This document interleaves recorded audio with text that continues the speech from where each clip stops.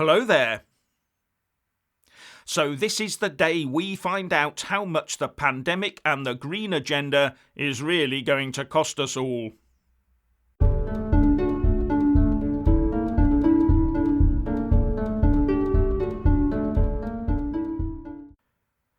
As per usual, please like, subscribe and comment below. And when subscribing, please do press that little bell, but also select the all option, or you won't get any notifications when I publish a new video. At a little after 12:30 this afternoon, the Chancellor of the Exchequer will climb to his feet and address the House of Commons, announcing the autumn financial statement and budget report.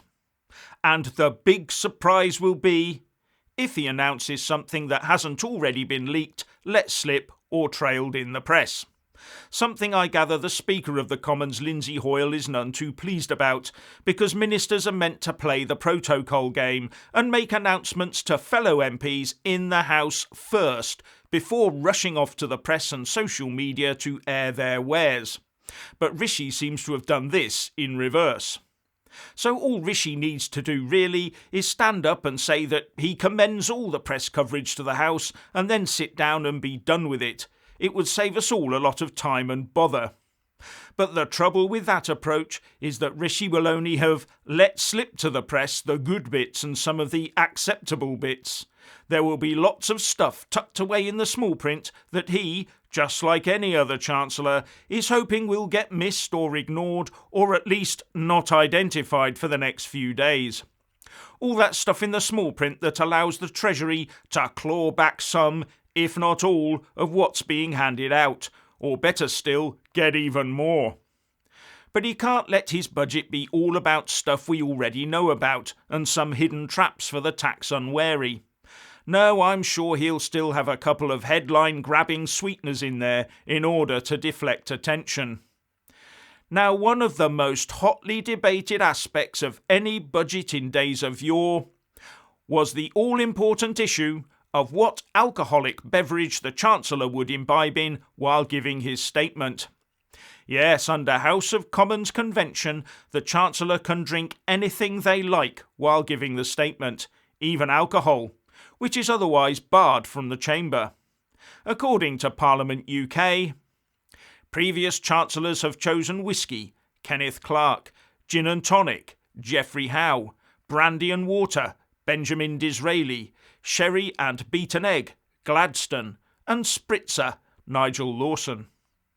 No doubt showing that a bit of Dutch courage is needed when setting out on a speech that shafts a nation's taxpayers. But then boredom sets in, with later Chancellors deciding that sobriety is the order of the day. Gordon Brown chose to drink mineral water. Alistair Darling and George Osborne also drank water, says Parliament.uk.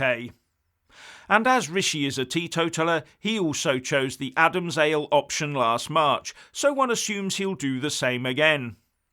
Speculation about what brand of bottled water a Chancellor might drink doesn't have the same cachet as whether it's gin, brandy or whisky, does it? How have we got so safe and boring? Now, why can't we have a Chancellor that slaps a large glass and a bottle of Chateau Neuf de Pape on the dispatch box, pours themselves a large slug, then sees the whole lot off while delivering their statement? Now that would be worth watching, and no one would care one jot about what they said. No one, including the Chancellor, would remember anything they said. He or she could slip a whole new camel-sized tax through the process without anyone noticing. And all the press would be talking about is how many drinks he took at what intervals, whether or not the wine was a true vintage, and was it a sign of a growing friendship with the French. You know the sort of tittle-tattle. While the rest of us looked on, wondering how long he'll be able to stay upright after necking the whole bottle. And the whole betting fraternity would be chancing their arm on how long he'd let the wine breathe before pouring it, with the media pressing him in the after-statement press conference for information on exactly what time he did uncork the beverage. Then they could auction off the bottle, cork and glass for charity. There'll always be a sucker out there prepared to part with thousands for their chance to own a bit of history. And there'll always be a vintner ready to donate a bottle of top-notch grape juice to boost sales, stamping "by appointment to the Treasury" all over their bottles. With the glitterati all chattering amongst themselves about not agreeing with what the Chancellor says, but they do so agree with his excellent choice in wine. Now back to reality. Although the Chancellor makes the statement, it is the Leader of the Opposition, Keir Starmer, who will make the initial response in Parliament this afternoon. But no tipple for him. The Shadow Chancellor, Rachel Reeves, gets her opportunity to respond tomorrow when the customary 4-day debate over the budget starts. But we do have an interesting spectacle just before Rishi Sunak takes to drinking his water. But before I get onto that, I just want to say a massive thank you to all my Super Thanks, Patreon and PayPal supporters, as well as those that do buy a mug with my mug on it. Links in the descriptions box below. You really do help me keep this channel going. Now, before Rishi Sunak dazzles us all with the smoke and mirrors of tax and the UK economy, Boris Johnson will be doing his usual Wednesday lunchtime pastime of facing that well-known dynamo of stirring speeches, the never-to-be-forgotten Leader of the Opposition, Keir Starmer, across the dispatch box for Prime Minister's questions. Yes, Captain Blowdry versus Captain Hindsight, where Starmer will tell Boris exactly what wacky left-wing tax policies Rishi should be announcing later on.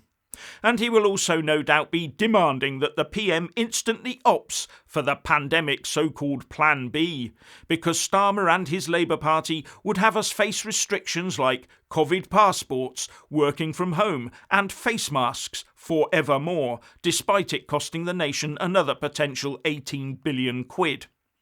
And here was me thinking that the global jab was supposed to stop all of that and let us slip back seamlessly into a life of normality. But please do tell me, how is it that an MP elected for the first time in 2015 can become party leader and Leader of the Opposition a mere 5 years later? What is it about Sir Keir Starmer that makes him stand head and shoulders above his fellow MPs? I mean, does he belong to a special club or something? Or are all the others just so pathetically useless? Or is it his magnetic personality? Is it his prowess at delivering a rip-roaring speech that inspires a generation of Labour supporters to do a tooting popular front? Is it his ability to make the Labour Party soar in the polls and be electable at the next general election? No. A 700-year-old leather boot in the darkest and dankest part of the British Museum cellar is more likely to achieve the aforementioned, so one must come to the inevitable conclusion that the Labour Party hierarchy wants to bore the nation into submission to their hard-left Marxist communism. So what's your opinion on PMQs and the upcoming budget? Please like and comment below.